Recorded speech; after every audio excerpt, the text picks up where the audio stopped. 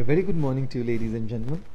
I want to sincerely thank all of you for your active participation and meaningful engagement with our Instagram and Facebook posts. Our last post was about how we could cause a lot of damage to us sometimes by holding on, and thereby we need to learn the art of letting go. Letting go of toxic people, of toxic relationships, of negative emotions, of emotional baggage that we carry inside of ourselves. Because the one thing that we deserve the most is our inner peace. And letting go has two dimensions to it: the external aspect of letting go and the internal aspect of letting go.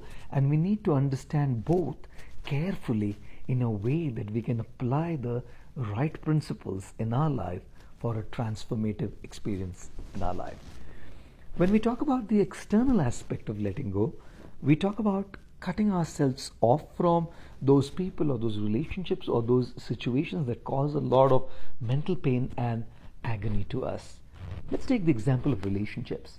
In our relationships, we have to make a lot of investments by trying to understand the other person, by trying to love the other person, by trying to communicate properly with the other person, by trying to make sacrifices for the other person, by trying to serve and please the other person. These investments are necessary for a profound and deep relationship. But after making those investments, what we expect back is reciprocation. And even if the reciprocation doesn't come, the minimum we expect is that the other person should not be abusive to us. Which is why I say, in Hindi, it's said, अगर रिश्तों में झुकने से रिश्ते सुधर जाते हैं तो झुक जाओ. रिश्ते सुधर जाते हैं तो झुक जाओ. Bend down, make those adjustments if necessary, if the relationship gets better, which means the other person understands, the other person changes, the other person improves. तब झुक जाओ. अगर रिश्तों में झुकने से रिश्ते सुधर जाते हैं तो झुक जाओ. लेकिन इसकी दूसरी पंक्ति बहुत जरूरी है. अगर बार बार आपको ही झुकना पड़े, अगर जीवन भर आपको ही झुकना पड़े तो रुक जाओ. If you have to bend down at all times in your life and it's a one-sided investment and the other person, not even understanding that you're trying to adjust, abuses you, ruk jao. That's the time for externally letting go, cutting off, moving out and moving on in your life. This is particularly true for relationships between husbands and wives, spouses in a married relationship, or a boyfriend and a girlfriend. Of course, it's true for all other relationships as well.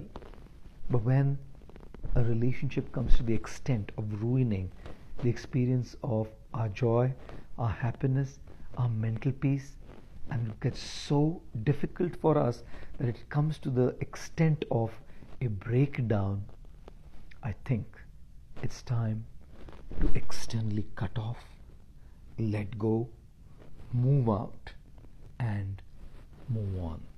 As strong as this sounds, as heavy as it may seem to us, I think you deserve peace. You deserve happiness. You deserve emotional and mental stability. And do not allow others to ruin that by holding on to that relationship when you are not meant to hold it on, when you're meant to let go. So when to let go and until when to hold on. A lot of people ask me that question. कब तक पकड़ के रखे और कब छोड़ दे? Maybe we let go and we realize we should have held on to it. Or maybe we continue hold on to it and later in our life we realize we should have let go of it. Until when to hold on and when to let go is a very important question that needs to be answered. And I think a very, very simple, basic, fundamental principle to answer that question is we have to know that each one of us is different. Each one of our cases, each one of our situations, each one of our practical stage in our life is different. And very important is each one of us has a different threshold of tolerance. If we are able to tolerate, if we are able to bear, if we are not going to be too much affected by what's going on around us in that relationship, and if it's not going to bring us to the stage of breakdown, if it's not going to bring us to the stage of depression, to the stage of anxiety, to the stage of negativity, where the only thing that's going on in our mind and is occupying and consuming our mind is these negative emotions, if that's not the case, we can continue on. But if it comes to that stage, when it crosses our level of tolerance, when it crosses all boundaries of decency, when it crosses the boundary of giving us that dignity and that space to live with decency, I think that's the time when we need to externally cut off and move on. So yes, we should only externally let go when it's completely beyond our capacity to handle, when we have done our level best to work on that relationship. Only then can we externally cut off and let go. Sometimes it's not even possible to move out. Sometimes we just have to be there in that relationship. Many times people come and tell me this, that we can't move out. And sometimes people don't want to move out because they probably have a connection with that other person, but the other person is who he or she is. What to do when we cannot move out externally, when we cannot let go externally? That's when we come to the second dimension of letting go, which is the internal dimension of letting go. And when I talk about the internal dimension of letting go, I talk about the constants and the variables in the equation. The constant in the equation is your situation. You've tried to change the person doesn't change. It's a constant. That's his or her nature. Your particular situation is a constant. You can't move out of that situation. Whatever the reason may be, whatever the practical reason may be. They are constants. Don't worry about the constants. You can't change them. Let's look at the variable. The variable is how we deal with it internally. And therefore, the internal dimension of letting go is to create a fence around the most expensive real estate in the world, our mental space. A fence in a way that the toxicity of the people around us does not enter into our minds, does not enter into our inner systems, and we remain immune to all of that which is happening around us. Of course, it's easier than done. I'm not saying we're going to be completely immune, but at least we will be less affected. So how do we build that fence? What is that fence all about? The first thing, that fence is about friendship.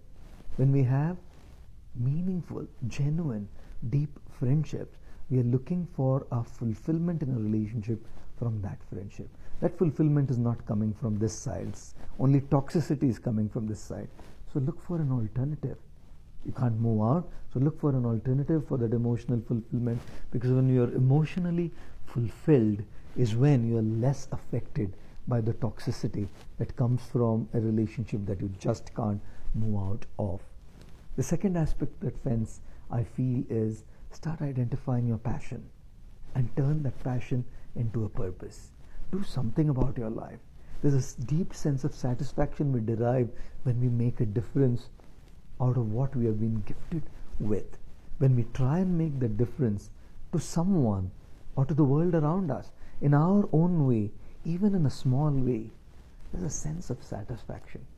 And when we are satisfied, it's hard for us to get affected by the negativity around. The negativity is there, but we are making ourselves immune to that negativity by creating this fence of satisfaction. The fence of emotional fulfillment by relationship, the fence of satisfaction by making a difference and a purpose, and a fence of spiritual strength. Which is why we need to connect to ourselves deeply. We need to connect to divinity. For the last 24 plus years, I practice mantra meditation. I chant the holy names of God. Why? Because I know that that's my spiritual strength, the fence of my spiritual strength. Even I'm surrounded by people who can be very toxic because of who they are. And if I get affected by it, I'm ruining my life and my peace. And I'm not going to be moving out of my situation. So what do? I create that fence of spiritual strength. with that fence of emotional fulfillment, with that fence of satisfaction based on passion and purpose, and with that fence of spiritual strength, we remain where we are because we can't let go externally, but we let go internally. Letting go internally means to not allow these things to affect us. To let go means to start practicing that internal detachment based on that spiritual strength. Yes, ladies and gentlemen, why do we let go? Because we deserve peace. What does it mean to let go? The external and the internal dimensions of letting go. What is externally letting go? It means to move out and move on from those relationships or those situations that are causing a lot of pain to us. What does it mean to internally let go? It means to create a fence of emotional fulfillment, of satisfaction from our purpose and spiritual strength, so that because we cannot move out, we can still remain in that situation and remain unaffected, or at least less affected by what is happening around us. I hope that clarifies a few things for all of you, and hope that was helpful in terms of how to learn the art of letting go. Thank you all very much, and have a great day ahead.